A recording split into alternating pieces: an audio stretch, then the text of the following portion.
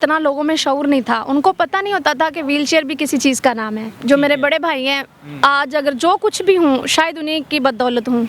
अगर वो मुझे इतना सपोर्ट ना करते तो शायद आज मैं आपके सामने ना होती। उन्होंने कहा कि वहाँ पे तो ऐसे बॉयज़ भी होते हैं, हम इसको नहीं भेजते, लेकिन अल्हम्दुलिल्लाह उनको ये चीज़ प्रूव करके दिखाई कि कोई भी चीज़ होती है ना हमारे अपने अंदर होती है। उन्होंने सारी फैमिली के अगेंस्ट गए, उन्होंने मेरा 9th में एडमिशन करवाया इधर उकाड़ा सिटी में नॉर्मल एजुकेशन में, वहाँ पे जहाँ पे सब नॉर्मल स्टूडेंट्स होते हैं। अस्सलामुअलैकुम, एसपीएन न्यूज़ के साथ मैं हूँ मियां अरसलान। नाज़रीन, कहा जाता है कि कुछ कर दिखाने का जज्बा हो, लगन सच्ची हो तो फिर उम्मीदें आसमान तक पहुँचती हैं। ऐसे ही आज मैं आपकी मुलाकात एक ऐसी बाहिम्मत बेटी के साथ करवाने जा रहा हूं जिसने अपनी माजूरी को कमज़ोरी नहीं समझा, वो कर दिखाया जो एक आम इंसान और एक सेहतमंद इंसान भी नहीं कर सकता। मेरे साथ मौजूद हैं आसिया। इनसे जानते हैं कि ये स्पेशल पर्सन होने के बावजूद भी किस तरह 2 यूनिवर्सिटी में आला तालीम हासिल कर रही हैं और फिर अब तक इनको किन किन मुश्किलात का सामना करना पड़ा। इस मुआशरे में रहते हुए माजूरी के बावजूद इन्होंने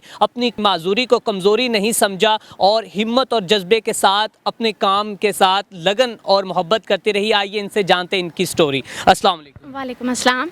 बहन, कैसी हैं आप? जी अल्हम्दुलिल्लाह। अच्छा, मुझे सबसे पहले तो ये बताएं कि स्पेशल पर्सन शुरू में या बाद में हुई थी? शुरू से ही। शुरू से ही है? जी। अच्छा, आपकी फैमिली में और भी कोई स्पेशल पर्सन है? जी, कितने बहन भाई हैं? एक भाई है। एक बहन भाई है। जी। अच्छा, मुझे ये बताएं कि आपकी जो प्राइमरी से लेकर जो बाद में तालीम, अब तक कितनी तालीम हासिल कर चुके और किन किन मुश्किलात का सामना आया?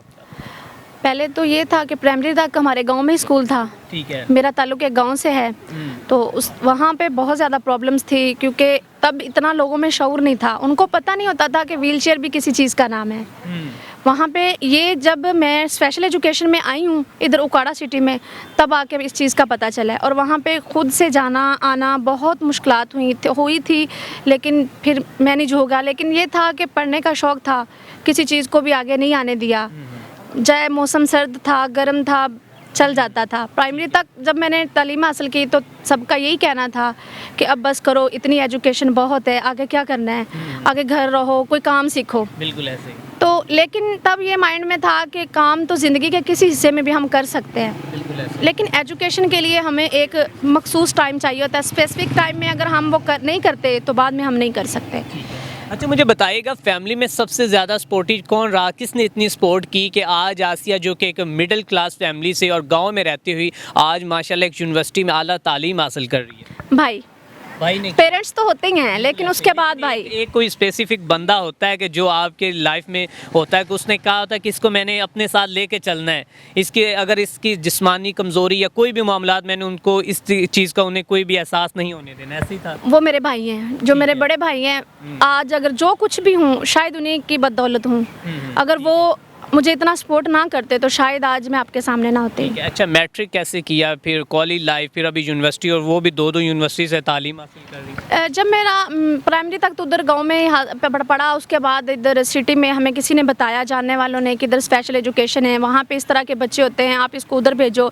तब फैमिली में बहुत ज़्यादा प्रॉब्लम्स आई। वो कहते हैं ना कि गाँव के लोगों का एक माइंड सेट होता है कि ये लड़कियों लड़कों वाला कॉन्सेप्ट आ जाता है, जैसे कि आपको पता है। उन्होंने कहा कि वहाँ पर तो ऐसे बॉयज़ भी होते हैं, हम इसको नहीं भेजते, लेकिन अल्हम्दुलिल्लाह उनको ये चीज़ प्रूव करके दिखाई कि कोई भी चीज़ होती है ना हमारे अपने अंदर होती है। माहौल अच्छा बुरा नहीं होता, वो हम खुद सेटअप बनाते हैं। बिल्कुल ऐसे ही। अगर आप बुरी साइड पे जाना है, आपने घर बैठ के भी चले जाना है। बिल्कुल ऐसे ही। तो वहाँ पे मेरा मिडिल था, मिडिल के बाद वो स्कूल जो था वो मिडिल तक ही था, बाद में अभी वो मैट्रिक तक हो चुका है। काफ़ी अच्छा लगा सुन के भी, जो बच्चे नॉर्मल एजुकेशन में नहीं जा सकते, जनरल स्कूल में जाते हैं, वहाँ पे उनको बड़ी प्रॉब्लम्स होती हैं, वहाँ पे अब वो मैट्रिक कर सकते हैं, वो हमारी अपनी सिटी उकाड़ा में।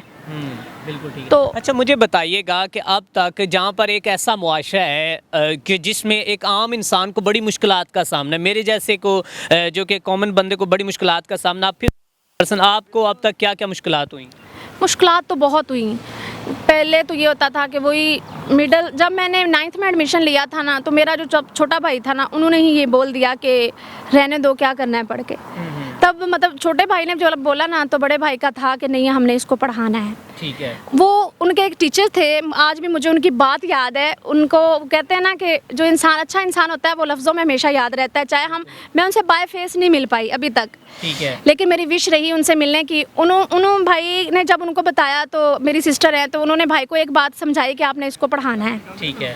और भाई ने उस बात को अपने माइंड में एक कॉन्सेप्ट बना लिया कि मैंने इसको पढ़ाना है चाहे जो मर्जी हो जाए। क्या बात है। उन्होंने सारी फैमिली के अगेंस्ट गए, उन्होंने मेरा 9th में एडमिशन करवाया इधर उकाड़ा सिटी में नॉर्मल एजुकेशन में, वहाँ पे जहाँ पे सब नॉर्मल स्टूडेंट्स होते हैं।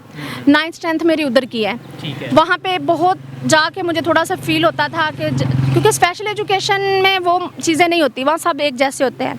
ठीक। अच्छा, मुझे बताइएगा कि आपके क्या एम्स हैं, क्या आपकी स्ट्रेटजी है। आप तो स्पेशल पर्सन हैं, अब आपने माशाल्लाह अच्छी तालीम हासिल कर रही है और आगे कंटिन्यू है, तो आप अपने जैसे स्पेशल पर्सन के लिए क्या इतना कोई आपने ख़ास सोचा हुआ है कि मैं उनके लिए ये करने जा रही हूँ? यहाँ पे मैं आपको ये बताना चाहूँगी कि जैसे कि मैंने स्टडी के साथ साथ कुछ स्किल्स भी हैं मेरे पास, जैसे कि स्टिचिंग, और उसके बाद कंप्यूटर सीखा हुआ है। घर के मतलब गांव में जो भी घर में बैठ के इंसान काम कर सकता है वो सब आते हैं। मेरा ये होता है कि कोई ऐसा प्लेटफॉर्म हो, कोई ऐसा अदारा हो जहाँ पे हम जस्ट ओनली स्पेशल पर्सन को, नॉर्मल लोग तो कहीं पे भी जाके काम कर सकते हैं, उनको तो आप जहाँ मर्जी जिन्होंने करना है उन्होंने कर लेना है, लेकिन जो स्पेशल स्टूडेंट्स होते हैं ना, उनका ये प्रॉब्लम होता है कि वो हर जगह नहीं चल सकते, उनको वैसे टीचर्स नहीं मिलते, उनको मतलब उनके माइंड लेवल को कोई नहीं समझ पा रहा होता। तो कोई ऐसा प्लेटफॉर्म होना चाहिए, या अल्लाह पाक हमें इतनी हिम्मत दे कि हम कुछ इस तरह का बना सकें सेटअप। मुझे बताइएगा कि व्हील चेयर पर एक जगह से दूसरी जगह में जाने की आपकी कौन मदद करता है, और आप तो व्हील चेयर के ऊपर भी रहकर किसी न किसी की तो मोहताज लाजमी है। ये है कि घर में फैमिली में नहीं इतना फील होता, फैमिली एडजस्ट हो जाती है, लेकिन जब हम स्कूल में या कॉलेज में या यूनिवर्सिटी में आते हैं, वहाँ पे अल्हम्दुलिल्लाह कुछ फ्रेंड्स इतने अच्छे हैं। जैसे कि आपको पता है, अब ये मुझे छोड़ने आए हैं, ये हमारे भाई बिलाल हैं, हमारे क्लास के सीआर हैं, इनके साथ काफ़ी अच्छी हमारी अंडरस्टैंडिंग है। आपकी पूरी केयर करते हैं? बहुत ज़्यादा। अच्छा, मुझे अब ये बताइएगा, कभी ज़िंदगी का ऐसा वाक़या जो आज भी आपको यादगार हो और आपके वो दिल में एक ऐसा कोई दर्द या दुख हो कि आप कभी भी उसे ना भुला सकी हो? ऐसा हुआ है, एक दफ़ा ऐसे हुआ था कि हम लोग ना इधर स्कूल में थे, उस वक़्त मेरा 10th में थी शायद, तो वहाँ पे ना कुछ ऐसा हुआ था, एक उन्होंने प्रोग्राम सेटअप बनाया हुआ था।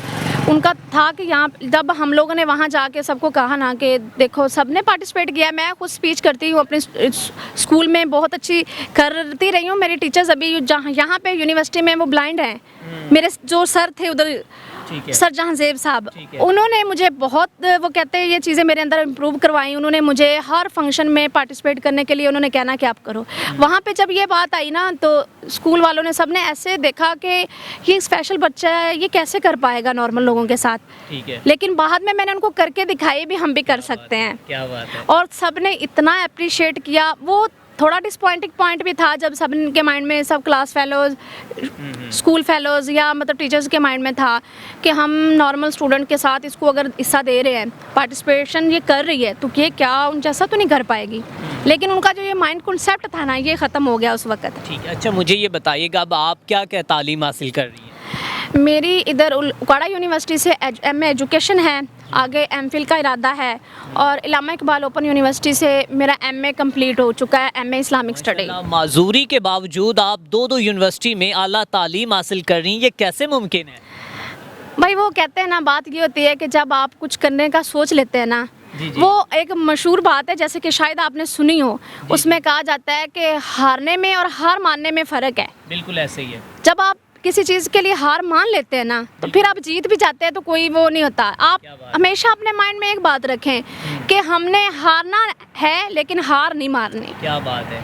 अच्छा, मुझे ये बताइए कि अभी यहाँ से MA करेंगी इस यूनिवर्सिटी से, आगे कहाँ तक तालीम हासिल करेंगी? क्या आपकी ख्वाहिशें, कहाँ तक पहुँचना चाहती हैं आप?